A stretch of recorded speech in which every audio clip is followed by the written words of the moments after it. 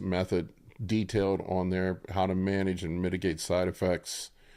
I have also in there insulin protocols, all these other things that it's all simple, broed down, made simple. I even put pretty pictures in there for you cavemen who prefer pictures over words on how to put stuff together.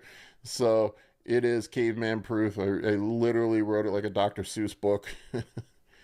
So it's easy to digest. If you want the deep dive, we also have the Anabolic Z course that Kurt Havens and I did. That's sort of the 500 level course on PEDs.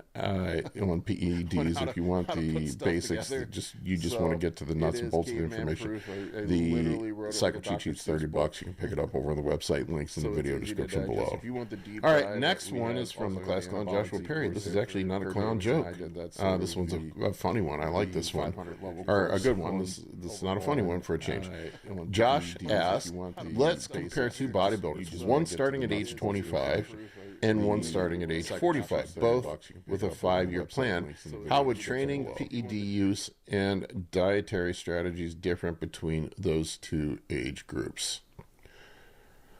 Not that radically different. I would probably say as you get older, you just have to be more careful with everything. That's the big thing, the big difference. You can't mash the gas pedal down like you could when you're 25. I mean, I look back like, fuck, when I was 25, I'd go out drinking all night long, hammering tequila shots, and sleep 5 hours, get up, go to the gym, train, go play a tackle football game with my friends at the park, go home, do it all over again, take Anadrol while I'm drinking, and everything was just fine. It was just fine. If I did that shit in my 40s, I would have been in the fucking hospital.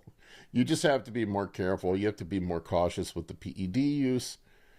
You have to be more meticulous with the diet. I will tell you this, it's easier to get fat as you get older. Usually when you pass that 40 barrier, it seems like fat gain just sort of creeps up on you. It's really easy to gain fat once you get past 40, so you have to be more meticulous with the diet. Fat loss becomes a little harder when you get a little bit older. Training, you have to be more intelligent with your training. I would say probably less use of the big 3 compound movements. You do still want to progress and use some sort of progressive overload if you are a beginner trainer. That is the foolproof method for growing. But you do have to be more cautious with exercise selection. I would say you have to really consider the risk versus reward ratio of selecting exercises. Is this exercise going to put me at risk of tendon or connective tissue injury? Whereas when you're 25, you can just fucking go balls out. Do deadlifts, squats, cleans, whatever the fuck you want to do. But long term, the plan's the same. You want to progress. Everything progresses. You want to progress your training.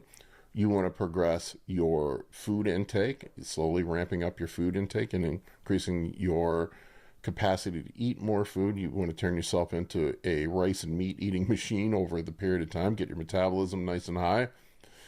You want to put on lean tissue, not gain fat. With the PEDs, you want to use enough to get the job done, but not so much as to make you sick. I would say when you're younger, as far as PED use goes, guys can get away with using more orals and harsh shit like Tren. When you're older, you probably can't get away with that stuff. Like I remember doing my test DECA and D-ball cycles when I was in my 20s, or running Tren, high dose Tren, stupid shit like that. And even in my early 30s, I can't get away with that now. So it's test primo GH for me now. That's about all I can fucking handle at this point. And same thing with training. Like I